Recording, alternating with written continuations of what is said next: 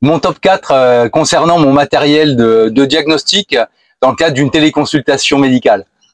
Comme vous le savez peut-être, la semaine dernière, j'ai cumulé problème dentaire, une dent fêlée qui s'est finie par une dévitalisation, mais qui m'a quand même empêché de dormir pendant au moins 3 nuits, parce qu'évidemment ça arrive pendant le week-end. Et puis le Covid, donc ça a été une grosse semaine. Et là, je me suis dit, bah tiens, je vais faire une vidéo sur le matériel qu'on utilise à bord d'Ikigai pour faciliter et puis pour optimiser les téléconsultations avec un médecin. Dans cette vidéo, on va parler d'urgence médicale en grande croisière, on va parler de téléconsultation médicale, et puis on va parler de solutions matérielles pour aider le médecin dans son diagnostic.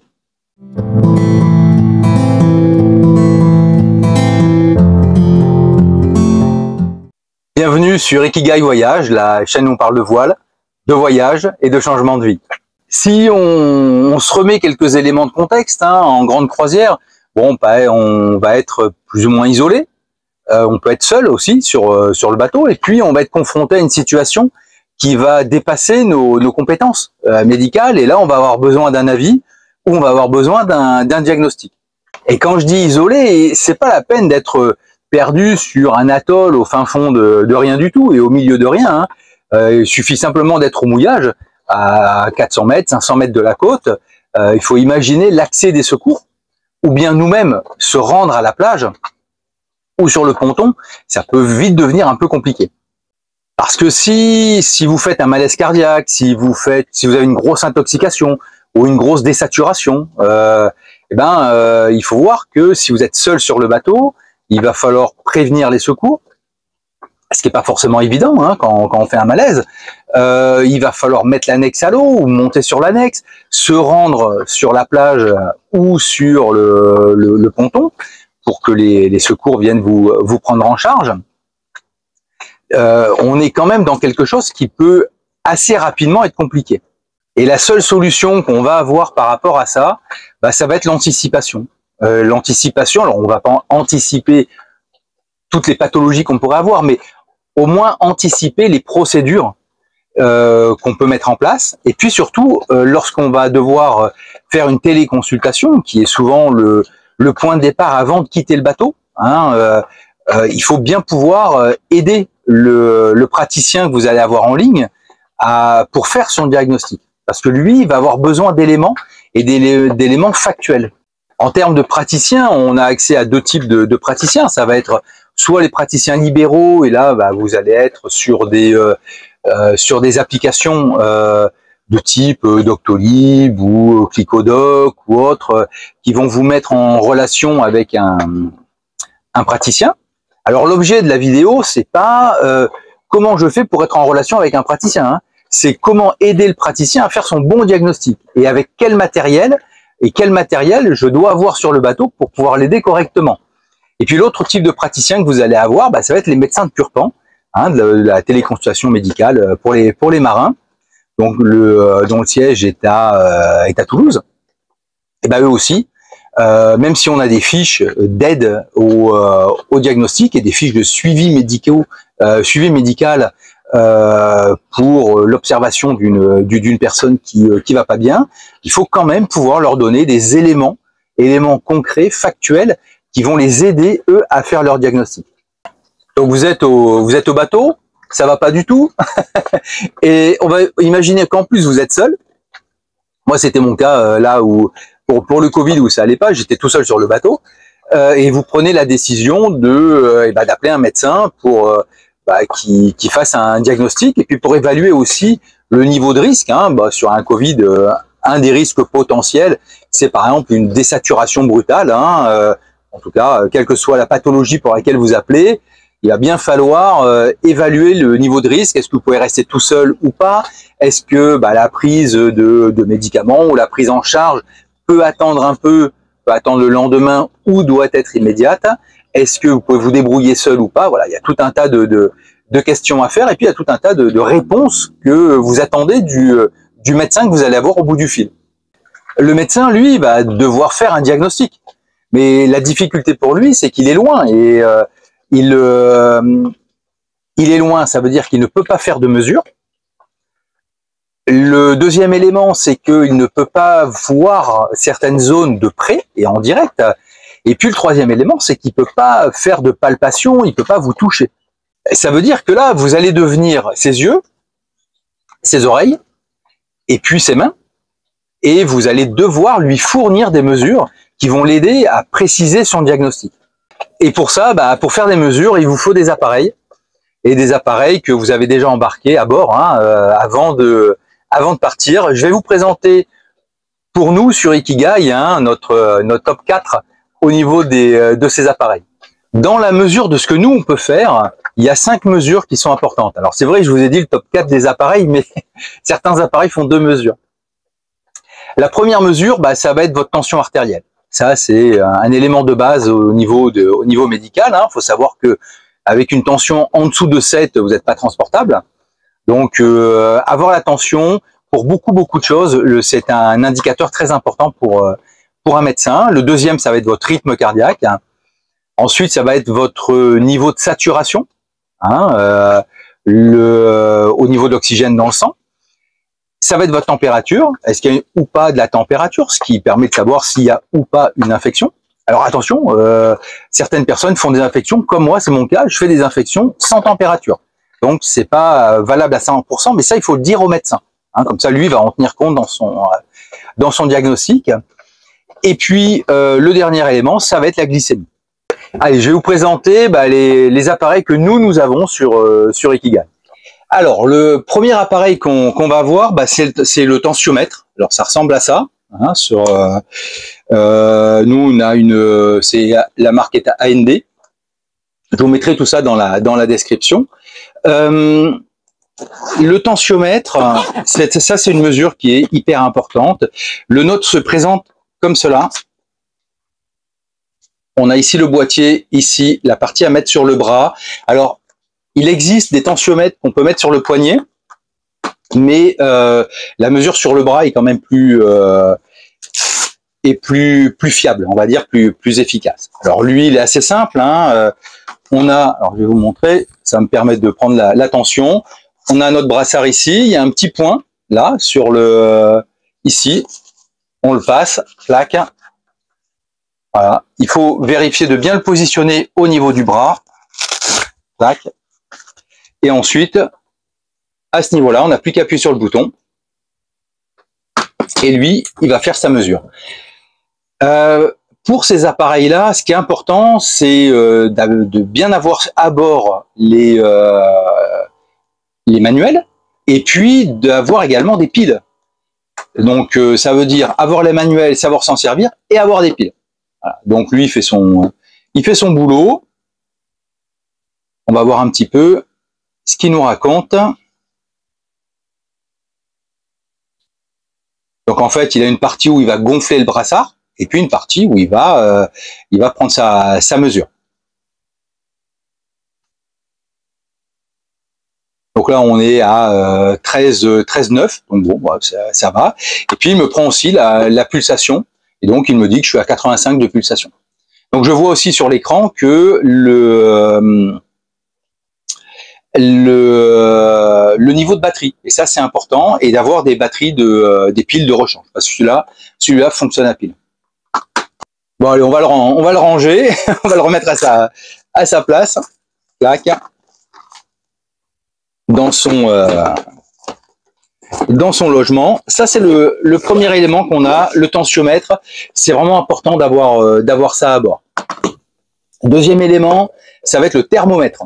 Le thermomètre, alors il y a plusieurs sortes de thermomètres. Moi, celui qu'on a nous à bord, je l'aime bien. Je l'aime bien parce que il peut prendre la température à distance. Et puis ensuite, on va avoir dans le logement là de quoi faire une mesure au niveau de l'oreille.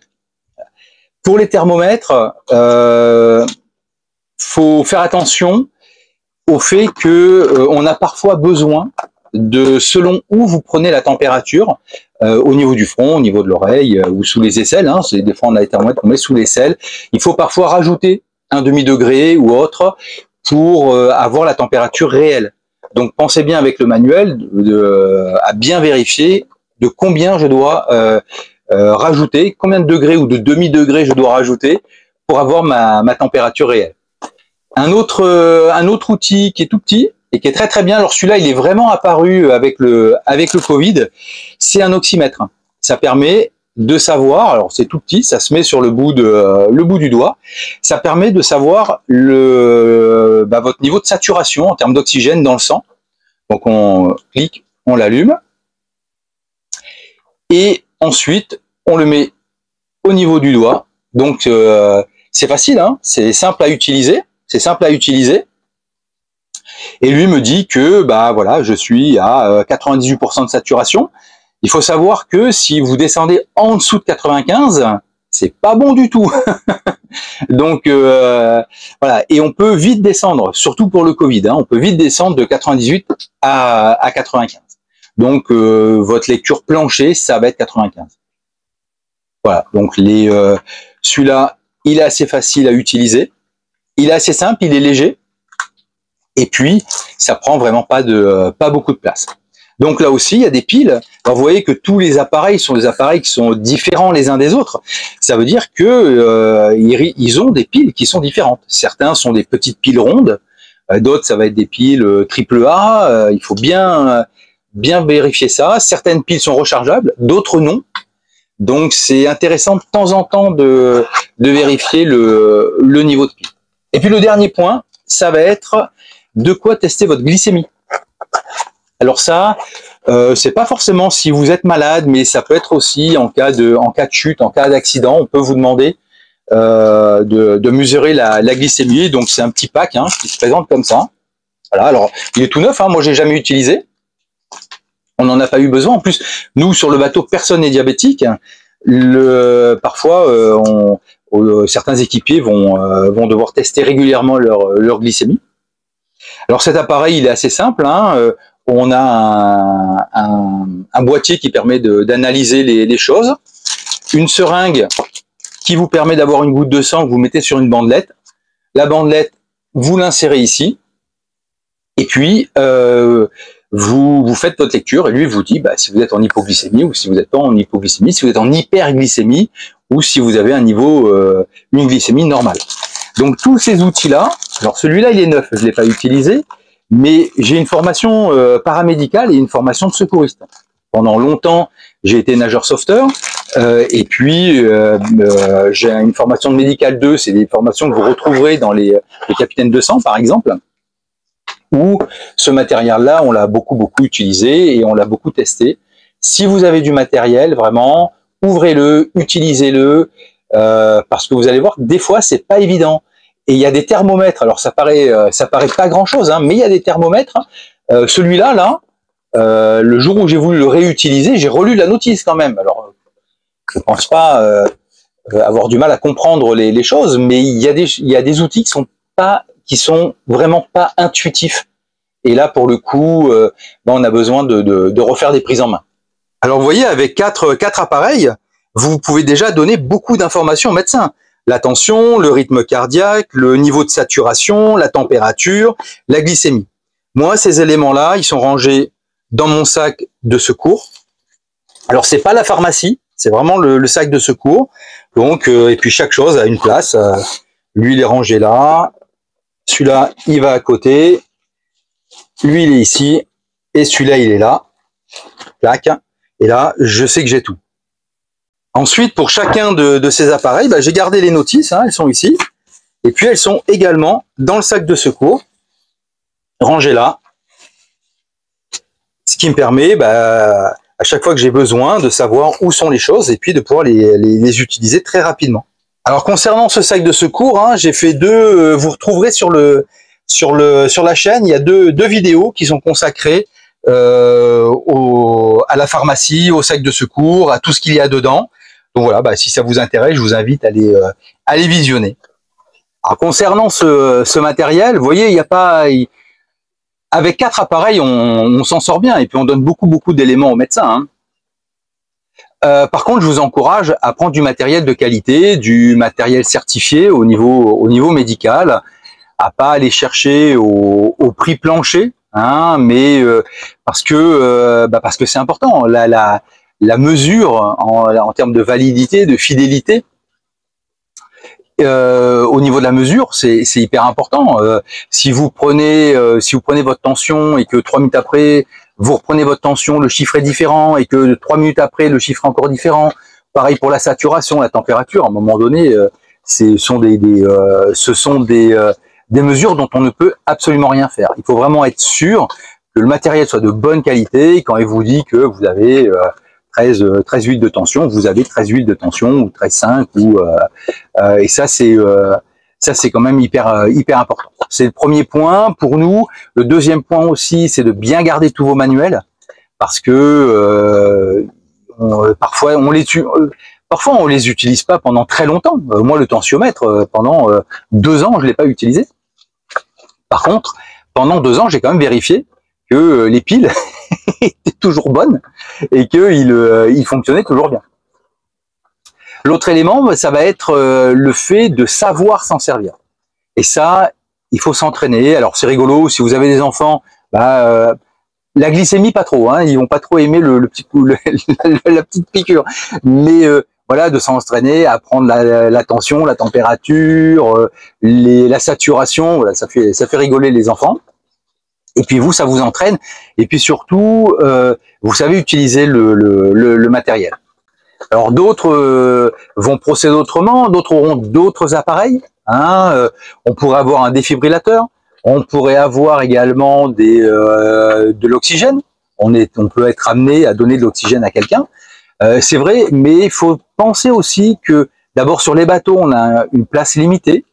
Même si on est formé, moi j'ai une spécialité en réanimation, je n'ai pas embarqué de bouteilles d'oxygène. Ce sont, comme pour les bouteilles de plongée, des bouteilles pour lesquelles il va falloir faire des révisions, de l'entretien. Le défibrillateur, c'est pareil, ce sont des appareils qui vont coûter cher, mais qui vont demander aussi de l'entretien. Et si on n'est pas en mesure d'assurer l'entretien, ça peut être contre-productif, parce que penser pouvoir s'appuyer sur un outil qui ne fonctionne pas, bon bah c'est plus embêtant en termes de stratégie, en termes de process, que de se dire j'ai pas l'outil et puis bah, je m'organise en fonction. Si cette vidéo vous a plu, si elle vous a intéressé, si elle a été utile pour vous, pensez à la liker, à vous abonner, pensez à la partager, et moi je vous dis à bientôt pour une prochaine vidéo.